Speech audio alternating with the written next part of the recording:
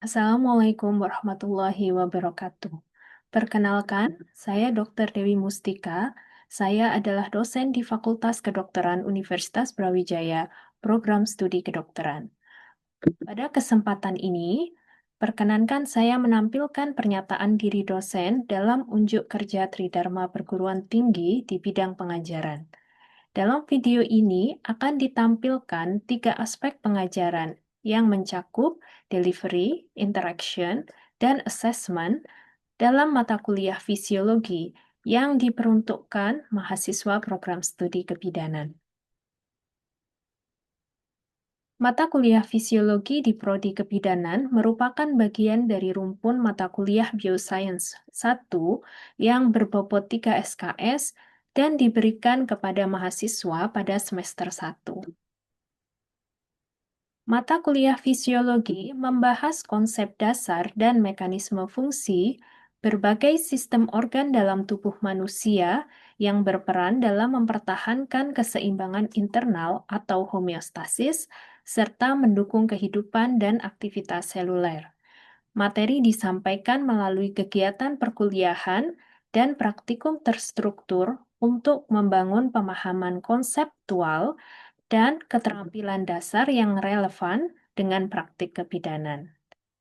Interaksi dengan mahasiswa dalam proses belajar, terutama difasilitasi melalui unjuk kerja saat praktikum, presentasi tugas ilmiah, dan diskusi di setiap tatap muka. Asesmen atau penilaian capaian pembelajaran dilakukan melalui ujian formatif, ujian sumatif, partisipasi dalam praktikum, serta penugasan terarah untuk mendorong proses belajar mandiri. Mata kuliah ini turut menunjang capaian pembelajaran lulusan program studi, terutama terkait penguasaan teori dasar ilmu biomedik untuk memperkuat critical thinking, serta sebagai dasar dalam memahami proses kehamilan dan aplikasi klinis lainnya dalam cakupan ilmu kebidanan. Adapun capaian pembelajaran mata kuliah fisiologi meliputi 1. Mahasiswa diharapkan mampu memahami secara komprehensif mekanisme normal kolaborasi fungsi kerja sistem organ tubuh dalam menunjang kehidupan manusia. Kemudian mahasiswa diharapkan mampu menganalisis aplikasi kompensasi fisiologis dalam kehidupan sehari-hari. Yang ketiga, mahasiswa diharapkan mampu menerapkan pemahaman fisiologis dalam melakukan penilaian awal terhadap status fisiologis ibu dan bayi yang berhubungan langsung dengan praktik kebidanan.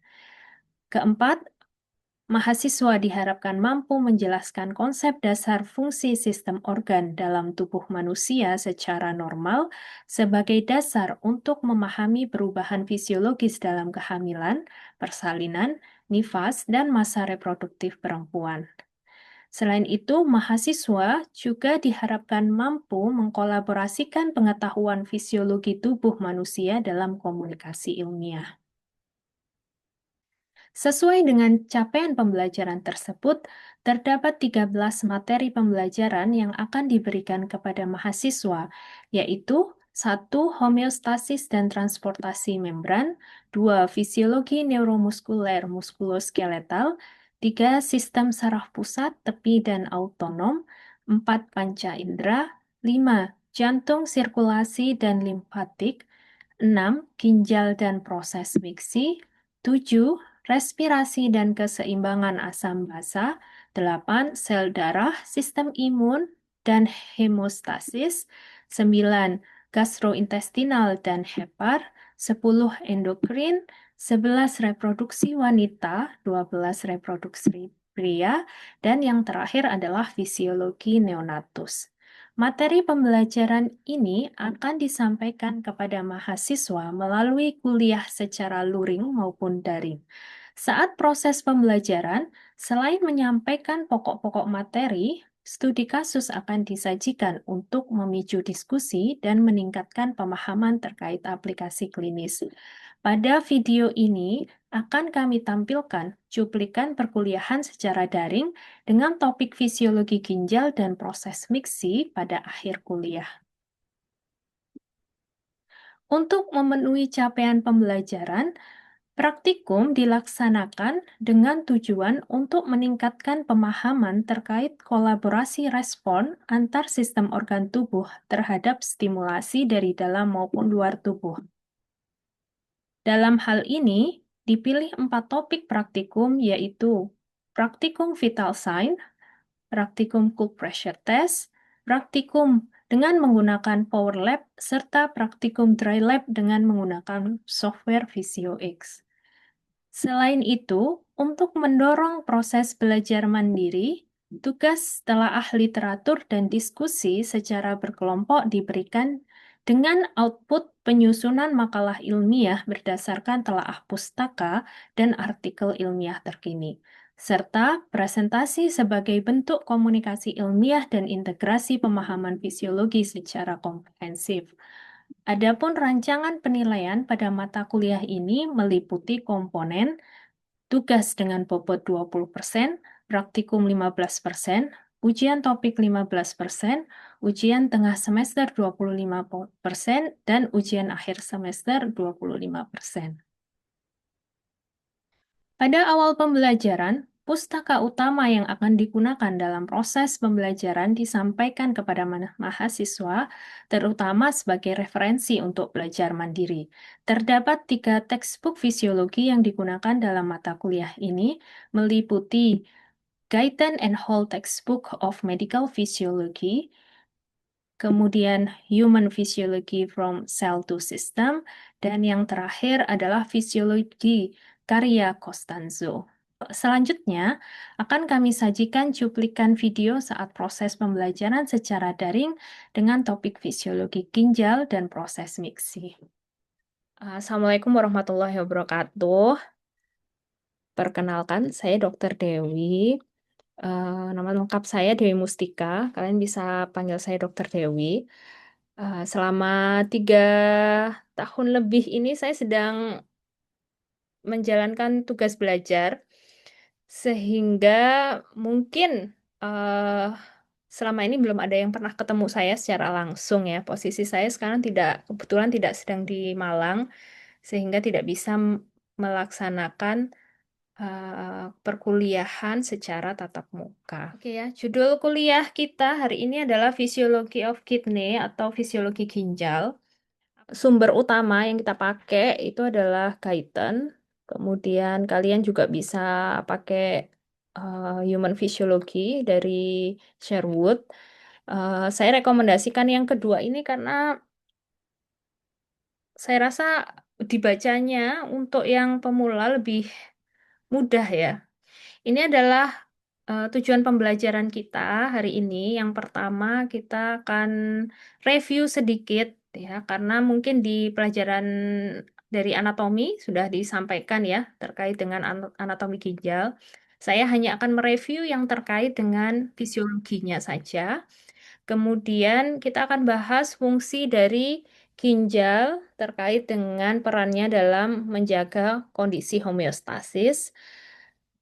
Karena kondisi homeostasis itu cukup luas, sehingga mungkin beberapa hal tidak akan detail ya. Dengan harapan kalian sudah paham dari materi yang lainnya ya, topik yang lainnya, atau akan dibahas detail di topik yang lainnya. Kemudian setelah kita bahas gambaran umum fungsi ginjal itu apa saja, kita akan bahas proses pembentukan urin, dan terakhir adalah mixturisi atau bagaimana sih urin itu setelah dihasilkan dia akan dikeluarkan dari tubuh kita. Oke, yang pertama ya, review sedikit tentang anatomi fisiologi. Ini adalah ginjal kita. Ya, saya selalu memulai dengan gambar karena kalau kita bahkan tidak terbayang organnya ada di mana, membicarakan fungsinya itu akan lebih abstrak ya. Fungsi umum yang kita tahu, ginjal itu adalah memproduksi urin ya. Sehingga fungsi yang banyak difahami adalah fungsi ekskresi. Sehingga ketika ada keluhan di urin atau proses miksi, maka dengan mudah salah satu kekhawatiran adalah jangan-jangan ada apa-apa nih dengan ginjal saya. Karena itu adalah patokan yang kasat mata, kelihatan gitu lah. Urinnya kok warnanya berubah jadi merah gitu. Jangan-jangan kenapa-napa nih ginjalnya gitu ya. Walaupun sebenarnya urin itu betul dia diproduksi di ginjal ya. Tapi dia juga melibatkan organ yang lain untuk proses ekskresinya. Sehingga ketika urinnya berubah, maka yang perlu kita sadari, oh mungkin memang ada problem nih di ginjalnya atau ada proses dalam pembuangannya ini yang bermasalah sehingga urinnya berubah. Kok urinnya tidak normal gitu ya. Sehingga hari ini kita akan bahas fungsi normalnya dulu ya, fungsi normal ginjal ini sampai urin itu terbentuk. Baru kemudian kita akan lanjutkan dengan proses pembuangannya. Sehingga ketika urin berubah tidak selalu karena ginjalnya yang bermasalah, bisa jadi masalahnya ada di sini. Ini ya. Ini adalah struktur ginjal ketika dipotong ya. Ada apa saja sih di ginjal ini? Ini ada minor, kaliks minor, ada kaliks mayor. Kemudian di sini ada nefron gitu ya. Ini adalah vaskularisasinya, ada arteri renalis di sini yang mengalirkan darah untuk masuk ke ginjal. Nah, nefron adalah unit fungsional dari ginjal ya. Jadi mesinnya yang bekerja di ginjal itu adalah nefron. Sehingga kalau ada pasien kemudian didiagnosa dengan ini gagal ginjal, berarti mesin yang gagal berfungsi adalah ini nih nefronnya. Dia adalah unit fungsional dari ginjal. Ketika diperbesar lagi, strukturnya seperti ini, ya. Secara umum ada dua bagian. Yang pertama adalah glomerulus, kemudian selanjutnya adalah tubulus. Ginjal kita ada dua, masing-masing ginjal itu terdiri dari 1 juta nefron. Nefron ini dia tidak bisa beregenerasi ya. Kalau kita lihat kulit kita luka, kemudian nutup lagi, itu artinya sel-selnya beregenerasi ya. Dia punya kemampuan regenerasi. Sementara nefron ini kalau misalnya nefron ini rusak ya, sistemnya tubulusnya rusak atau glomerulusnya rusak, dia tidak punya kemampuan untuk regenerasi. Karena itu ada yang disebut dengan kondisi gagal ginjal di mana banyak nefron yang rusak dan tidak bisa berfungsi kembali, kemudian tidak mampu meregenerasi, tidak bisa membentuk satu nefron yang baru. Selanjutnya kita akan eh, membahas tentang apa aja sih fungsinya. Fungsi yang kita semua tahu, baru masuk kuliah semester 1 pun ya, sebelum kuliah juga sudah tahu pada umumnya ya, bahwa fungsinya adalah fungsi ekskresi. Tapi di balik fungsi ekskresi itu, sebenarnya ada fungsi regulasi yang jauh lebih besar ya. Kelihatannya yang diekskresi ya urin itu aja. Tapi di balik kalau itu tidak terekskresi ya, kekacauan regulasinya itu besar ya. Contohnya, saya kasih contoh satu kasus ya. Ini adalah pasien ya, pasien kalian ya. Dia datang usianya 29 tahun, perempuan. Dia hamil nih, hamil yang kedua. Kemudian usia kehamilannya 28 minggu. Yang dikeluhkan ya, itu adalah bengkak. sepintas kayaknya orang hamil mengalami kebengkakan di kaki ini kayak wajar deh gitu. Wajahnya bengkak itu kayaknya emang cenderung lebih bengkak ya. Kemudian dia ngerasa lelah ya namanya hamil kayaknya lebih lelah juga masih normal gitu ya.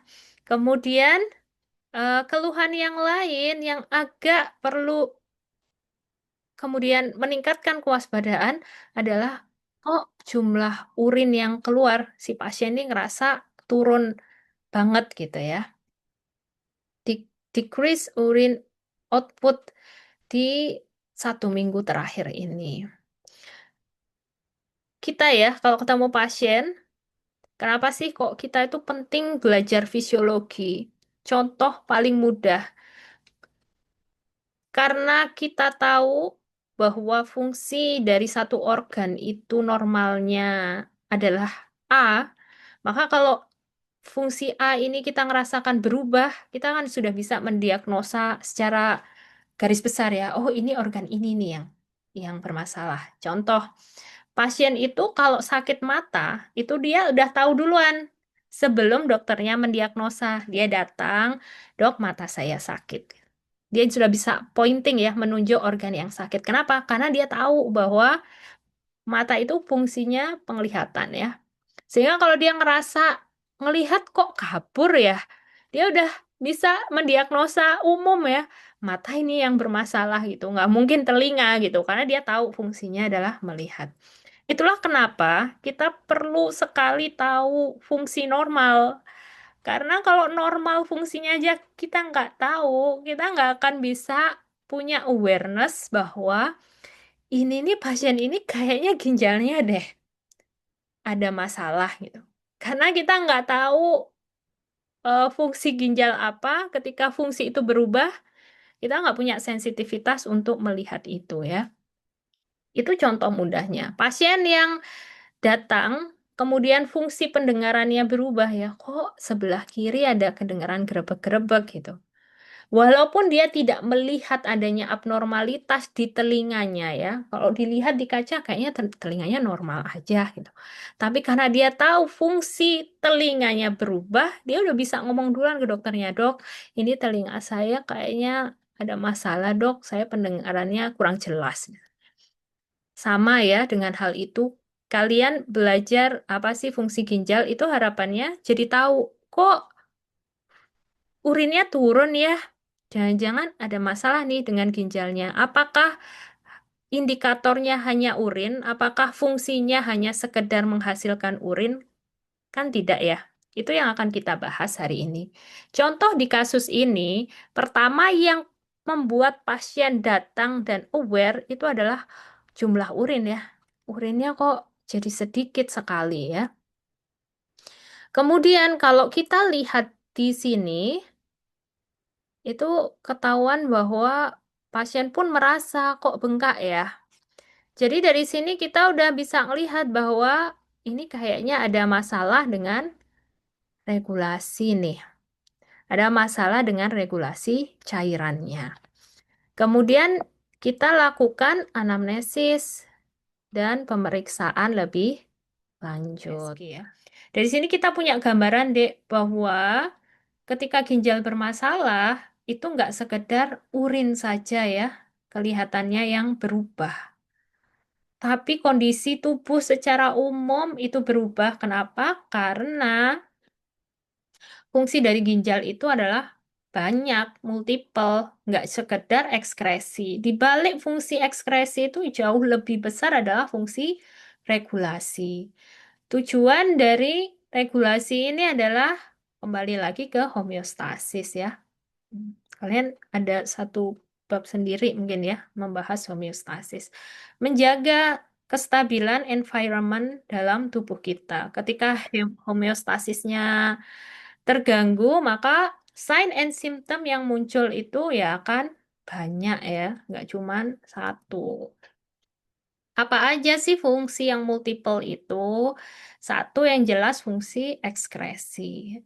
Dia membuang sampah metabolisme ya. Tubuh kita itu kan setiap saat bermetabolisme ya, sehingga ada hasil metabolisme yang butuh diregulate agar kadarnya itu tetap normal. Ketika kelebihan, dia akan memberi dampak secara umum ya. Selanjutnya kita akan bahas ke tujuan pembelajaran yang selanjutnya, yaitu pembentukan urin oleh ginjal. Ini eh, adalah proses bagaimana urin itu dihasilkan ya. Dari produk darah, dia masuk ke mesin ini ya. Mesin ini yang outputnya nanti adalah urin ya. Darah masuk ke glomerulus, seperti yang tadi saya sampaikan, difiltrasi, kemudian hasil filtrasinya sebagian besar direabsorpsi, beberapa substan dia disekresikan, contohnya ya yang hidrogen tadi. Kemudian dia akan terkonsentrasi ya ketika sudah nyampe di sini. Jumlahnya jadi lebih pekat, lebih sedikit, tidak sebanyak yang difiltrasi. Itu yang kemudian dikeluarkan dari ginjal, dia akan ditampung di vesika urinaria ya, vesika urinaria atau bladder ya. Baru nanti dibuang ya, lewat buang air kecil atau proses miksturasi. Jadi urin itu yang kita sekresikan itu hasil dari filtrasi dikurangi reabsorpsi ditambah dengan yang disekresikan ya isinya itu. Ini proses secara umum ya kalau kalian baca di Guyton itu dia disimpulkan ke dalam 4 tahapan ya. Proses filtrasi di glomerulus, kemudian reabsorpsi di tubulus, sekresi di tubulus, dan terakhir adalah concentration ya. Pengkonsentrasian ya, dipekatkan baru dibuang. Kita bahas satu persatu ya. Oke, terakhir ya Dek ya, 5 menit. Urin itu Dek, darah itu kan produk dari darah ya. Kerjanya urin itu, sorry, kerjanya ginjal itu kan terus-menerus ya. Jadi selama darah itu dipompa, sekali dipompa oleh jantung ya dia akan masuk ke ginjal. Di ginjal dia akan difiltrasi, reabsorpsi, sekresi jadi urin setiap saat ya. Jadi continuously urin itu diproduksi. Kan repot ya kalau setiap kali diproduksi harus saat itu juga dikeluarkan ya. Jadi di dalam tubuh kita urin yang diproduksi itu dia ditampung dulu sampai kantongnya penuh baru dikeluarkan. Proses nampung ngisi sampai penuh kemudian dikosongkan lagi itu kita sebut dengan mixturisi atau mixturation ya. Pengisian dari bladder dan pengosongannya. Yang kita bahasa sehari-harinya adalah buang air kecil ya. Prosesnya bagaimana? Kok bisa sih dia nampung kemudian buang ya? Kayak gimana caranya gitu ya? Ini bladder ini nih otot ya, Dik ya. Dia adalah otot polos yang kita sebut dengan detrusor. Dia punya kemampuan untuk kontraksi. Kamu bayangkan dia kantong kayak gini. Kalau dia kontraksi, dia akan memompa isinya. Sehingga dalam proses filling atau pengisian otot ini kita bayangkan dia pasti relaksasi. Kalau dia kontraksi ya isinya akan kedorong keluar ya. Nah, otot ini dia diinervasi oleh parasimpatis. Dengan aktifnya parasimpatis, ototnya akan kontraksi. Sebelum dia penuh, parasimpatis ini dia terinhibisi ya, dia tidak teraktivasi, dia terinhibisi. Sampai dia keisi, dia penuh. Maka, sorry ya, ngelek ya. Dia penuh, maka ototnya ini kayak balon gitu, dia akan teregang ya. Keisi sesuatu, dia akan teregang. Dengan regangan ini akan terjadi yang disebut stretch reflex ya, atau refleks regang. Yang dia akan mengaktifkan parasimpatis. Terstimulasi. Ya. Dengan dia terstimulasi, ototnya akan kontraksi. Isinya akan didorong. Isinya didorong. Di sini ada 2 keran ya, sphincter. Sphincter itu ototnya sirkuler gini nih bentuknya. Namanya otot sama ya, dia bisa kontraksi. Kalau otot ini kontraksi, kalau dia sirkuler gini dia nutup nih. Kalau dia relaksasi dia akan buka. Lah, ini otot yang sphincter uretra internanya, dia sarafnya dipersyarafi oleh simpatis ya. Sehingga ketika ini parasimpatis teraktivasi, simpatisnya terinhibisi ya. Di atas dia terdorong, simpatisnya terinhibisi. Sphincter uretra internanya terbuka ya di sini. Ini didorong di sini, ini terbuka nih. Karena nih terinhibisi ya. Isinya keluar, hampir keluar. Belum keluar tapi udah kerasa aduh, mau pipis nih. Gitu ya. Untungnya sphincter uretra eksterna ini dia diinervasi oleh somatik ya. Artinya di bawah kesadaran kita. Kita memutuskan aduh, ini harus segera ke toilet ya. Baru kita buka celana, baru kita oke. Kita inhibisi otot sphincter uretranya. Ini jadi di bawah pengaruh kesadaran kita. Kita inhibisi, terjadilah proses miksi ya. Urinnya keluar. Silahkan kalau ada pertanyaan ya, Dek. Baik, dokter. Izin bertanya, dokter. Eh, Kak, saya itu pernah mendengar bahwa diet itu kan disarankan untuk mengkonsumsi protein yang tinggi seperti dada ayam, hati, dan sebagainya. Nah, lalu tadi sempat disinggung bahwa konsumsi protein tinggi itu dapat meningkatkan RBF dan juga GFR. Pertanyaan saya, dok, adakah risiko jarak panjang jika konsumsi protein tinggi terus-menerus terhadap hiperfiltrasi glomerulus? Terima kasih. Ketika metabolisme proteinnya meningkat, ya, sisa metabolisme protein apa, Dik? Urea gitu. Urea, ya, Protein kan dok ya? ya. Itu nanti kaitannya dengan apa, Dik? Kalau di proses reabsorpsi dengan peningkatan urea, kira-kira apa efeknya?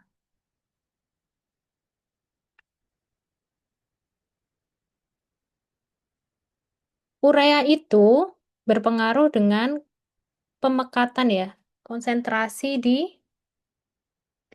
interstisial. Kalau kalian lihat loop of Henle ini, kalau makin banyak urea yang dia tereabsorpsi, di interstisialnya akan lebih pekat.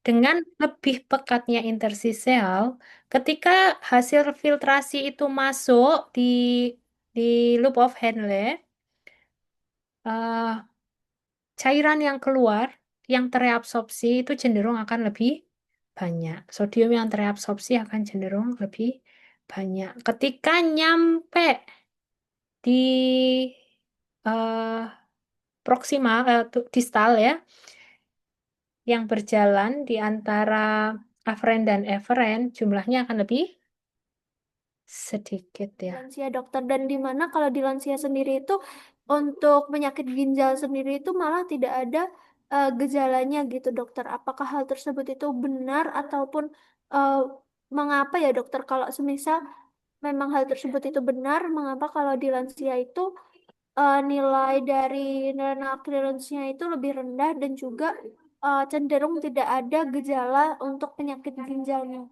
Terima kasih dokter. Kalau penurunan fungsi ginjal itu pasti diikuti dengan penurunan clearance ya. Satu, itu udah pasti. Yang kedua, eh, penurunan fungsi ginjal itu pasti diikuti dengan gejala.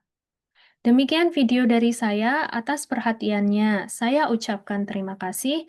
Saya Dr. Dewi Mustika, mohon pamit undur diri.